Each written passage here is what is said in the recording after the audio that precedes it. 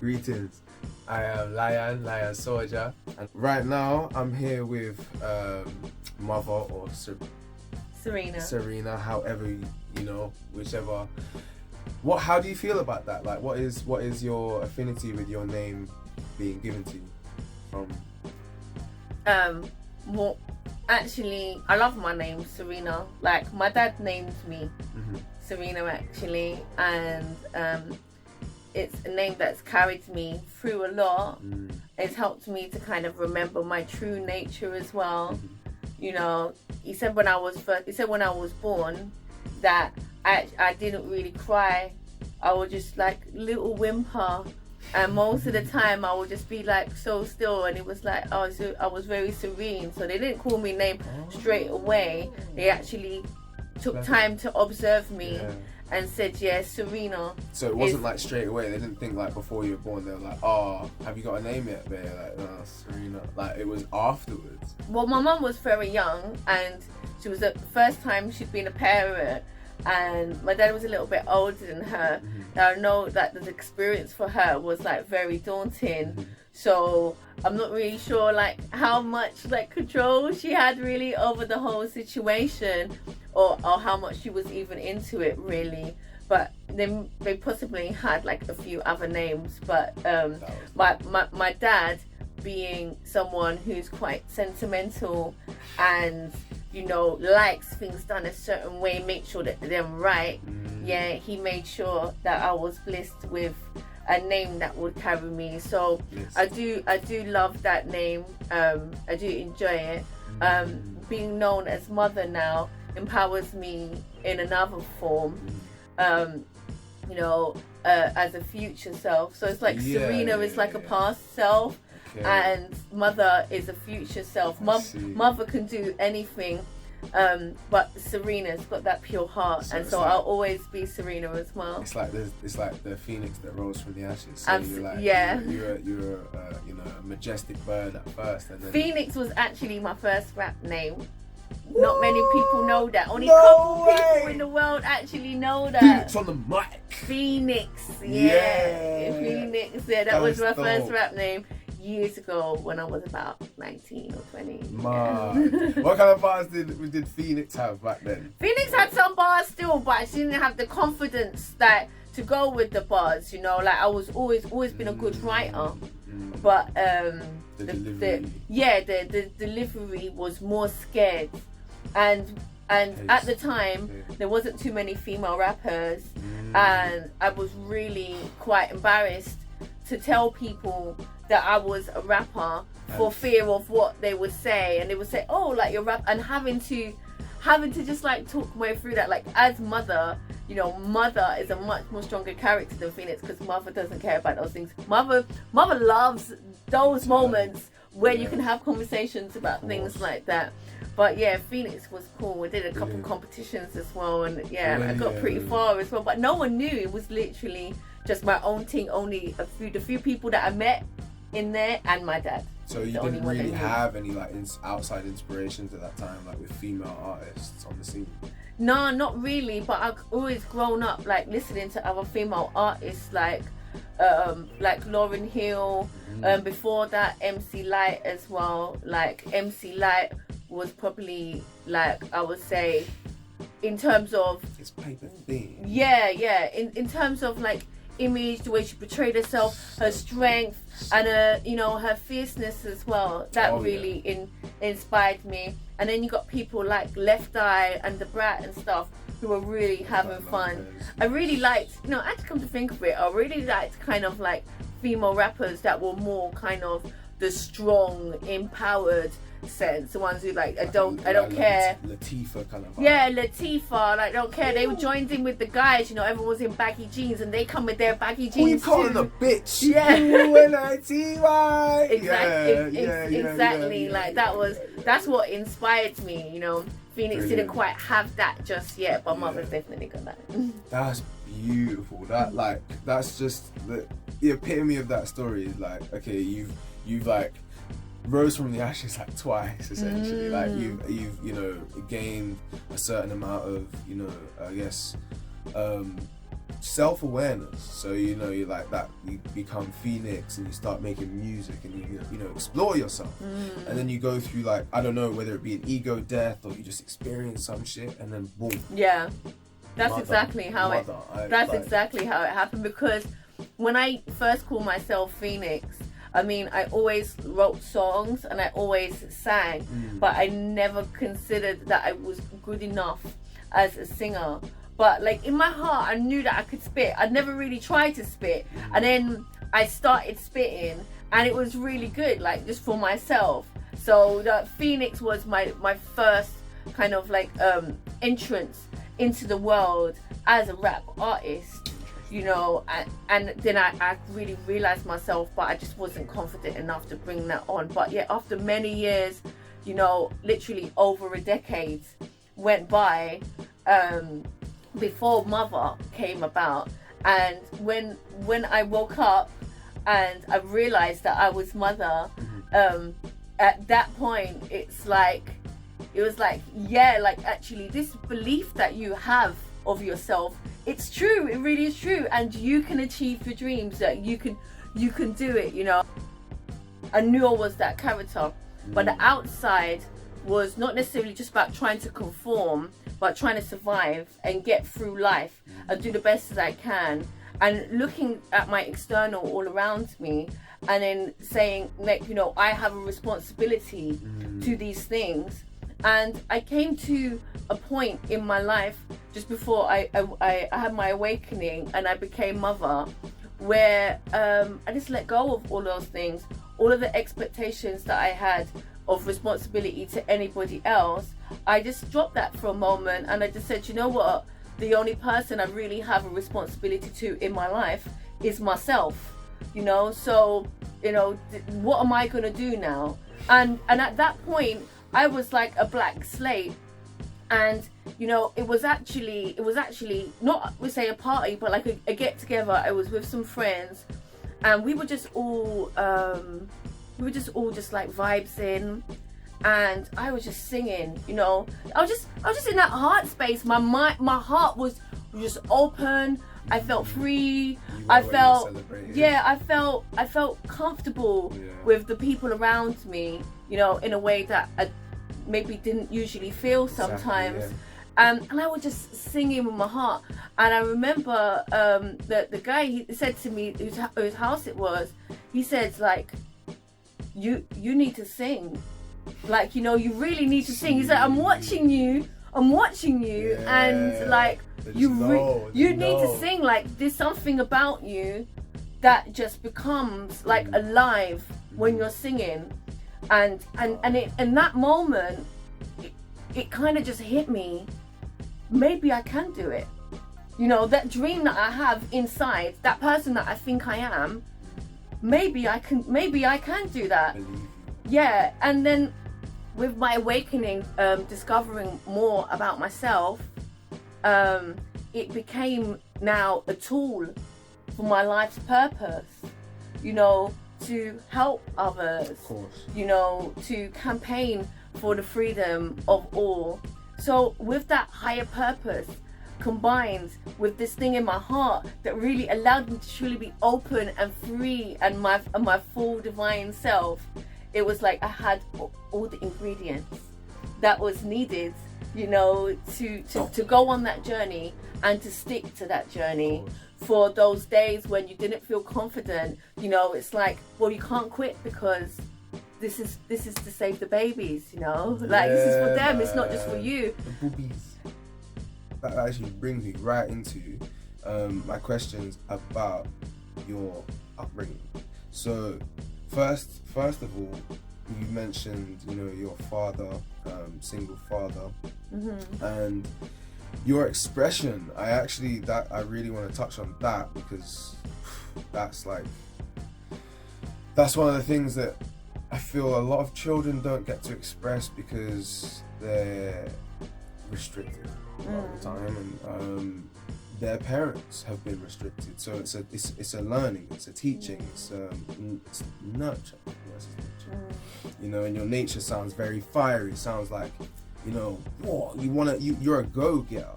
a lot of that is to do with being raised by a single father.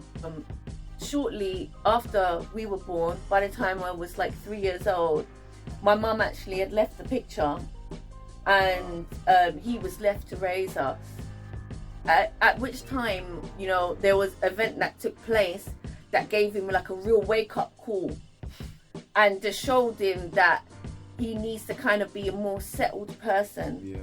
You know, so, you know, for him to be around for us. They want something to happen to him. They want to be a street guy no more. You know, he needs to be a settled person. And that really shook him up and made him into this father that spoke to us like a lot and taught us everything that he knew. So he would teach us things that he learned. You know, my dad's always a person with a saying.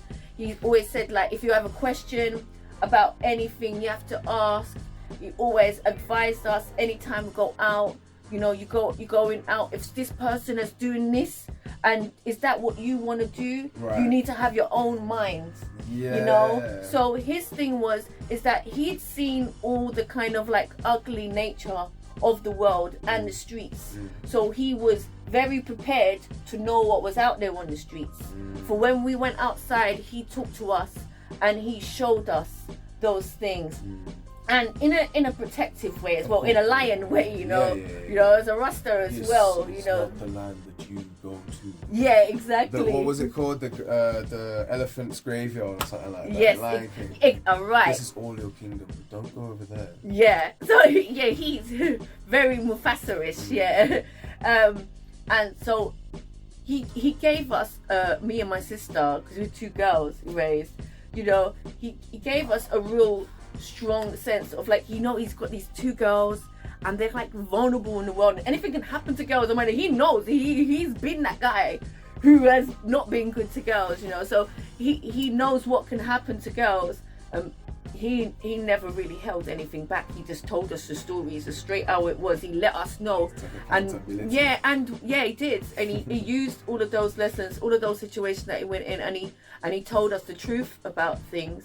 You know, which had its ups and downs. Of course. You know, but more ups really in terms of preparing us that when we went out into the world, like we knew what it was, and this allowed me really to develop a sense of like who I am. If I was with friends and friends were doing things that I didn't want to do, I had the confidence to say, yeah, no, that's not really me. Like, I'm not going to do that. Even if that lost me friends. In my mind, the only people that was in the world really was me, him, and my sister. Yeah. You know, we were a team. You know, we were a little army to ourselves. So it didn't matter if we had friends or didn't have friends. It was us. And these were some kind of the teachings that he would give to us. And I would say I'm a lot like him because of that in some way, because a lot of his teachings are in me. And in my mind, I do refer to what would Ronald say, you know. But, you know, at the same time, he also encouraged me to be, you know, that divine feminine as well, and respect myself, not just because you should, because you were female, but because I was special. Because in his mind, we was a royalty, you know, we were like a royal family. I thought it was really like Mufasa, you know, and he put that into us. He told us like every day that we were his princesses, you know, and that, you know, we deserve the best and we need to look at ourselves as that, and we cannot look at things that are lower than us and go and put ourselves into those things. And that sense of worthiness, it really stayed with me. Yeah, so yeah, I think that definitely influenced like a lot, just like his teachings. This bond and this trio and this powerful unit. Yes. Do you think that really allowed you to explore yourself and express? I think definitely, because even like later on when I grew up and I'm out in the world by myself, on one hand, sometimes you could feel kind of alone, you know, because you could be around a lot of people and still feel like you're different from them. On the other hand, it didn't matter whether you was alone or with others, because you belong to something that was really important, you know, and no matter what, even in my darkest days, I still felt important. And, you know, and I do feel like that was a key ingredient in my awakening as well. That when I came to that awakening and I found myself to be Mother Goddess, and I'm like, that would make sense. You know, that would make a lot of sense. And I feel like I'd worked my way through life to that point with realizing who I am, and now I can really step up to the throne and take my rightful place on the throne. You know? So that definitely helps. I feel like the moral to this story right now is know your worth, like know your divine purpose. Being able to just be wherever you are, regardless of friend groups or you know, titles or anything like that. It's just, you know thyself, know thyself. And lastly, from the energy that is transferred between child and parent, were the positive influences like, you know, adequate affection? Because this is a man we're speaking about, and two girls. I think that's such a weird dynamic. Yeah, it was weird, and it's a Rasta man as well in Brixton. You know, in a time where we're literally going through the 80s. I was born in 1982. Yeah, so we're going through the 80s, and in that time there's a lot of racism about. But in the same breath, a big community of English and Irish, especially people that were teaming up with the British Jamaicans as well, and creating a whole new community together. So we were what the outcome that came out of that common unity. You know, like I'd imagine that was really hard. And now as an older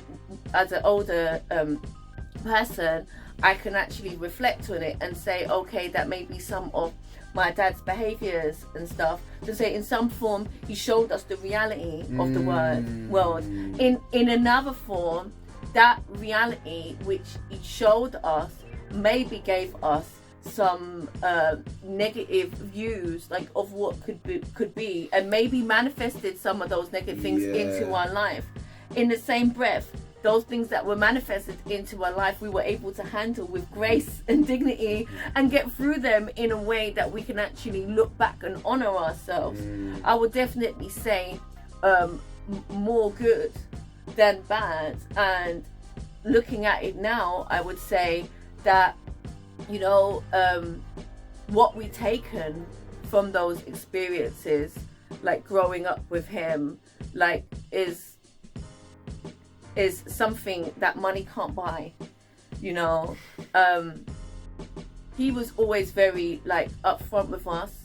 He would like, you know, if he was growing, when we was little, we didn't have no mother around. We did have our grandma around for a bit because he was also the carer for our grandmother as well.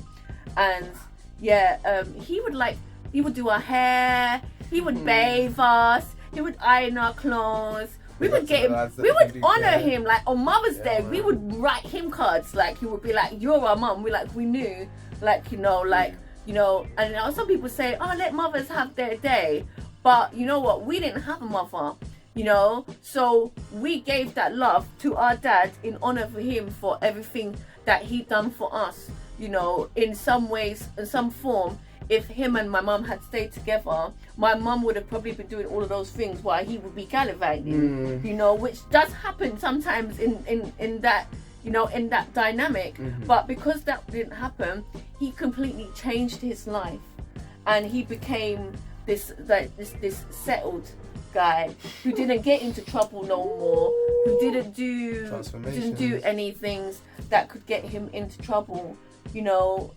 so he could be a good dad. And he was happy to live a humble life as long as we were okay. So we became like his priority. And other kids would look at us as like kind of weird. They'd be like, you know, when you're really small and you're like, oh, like my dad bathes me, and they're like, what, your dad bathes you? Like, that's so weird. But we learned the true bonds, you know, between like father and child, that is like beyond those stereotypes of the norms. And in a way, we taught all our friends around us that as well. Oh, and wow, yeah, of course, ripples, man.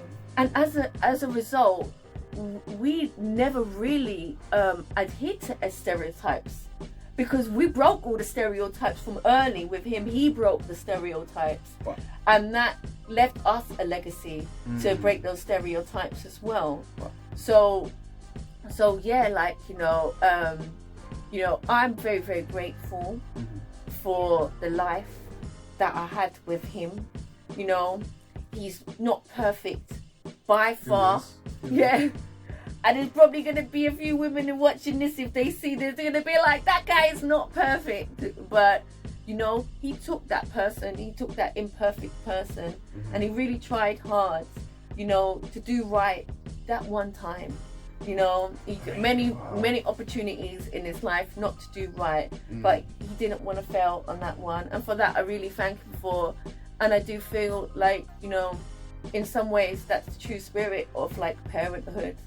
Is that ultimate sacrifice. And what he's given to us, he's made two really powerful women. My sister and I are definitely very powerful, and we're very eloquent. We can speak from our hearts, and we can stand for like what we believe in, and we can motivate ourselves as well. And he gave us that, and I always felt like these were masculine traits, and in some ways those things have been not to say like a burden, but they've been a barrier between people who want me to be that stereotype. But actually it became a powerful woman because of him. He made me to be someone who can stand by myself. But now I have my husband, someone I can truly love and like give to. He's someone that I'm still powerful, and he accepts me as powerful. He's got no choice, but he does anyway. He accepts me as powerful, but at the same time, I humble myself for him as well, so that he can be that energy like in our relationship too. But yeah, it's very balanced, and yeah, like I think a positive experience in a lot of ways, traumatic, and always wishing for mum and stuff. And in other ways, like, I can't imagine being more perfect than I am now. That's all I can do to that. That's wonderful. So much iration from one story, like. Thank you so much.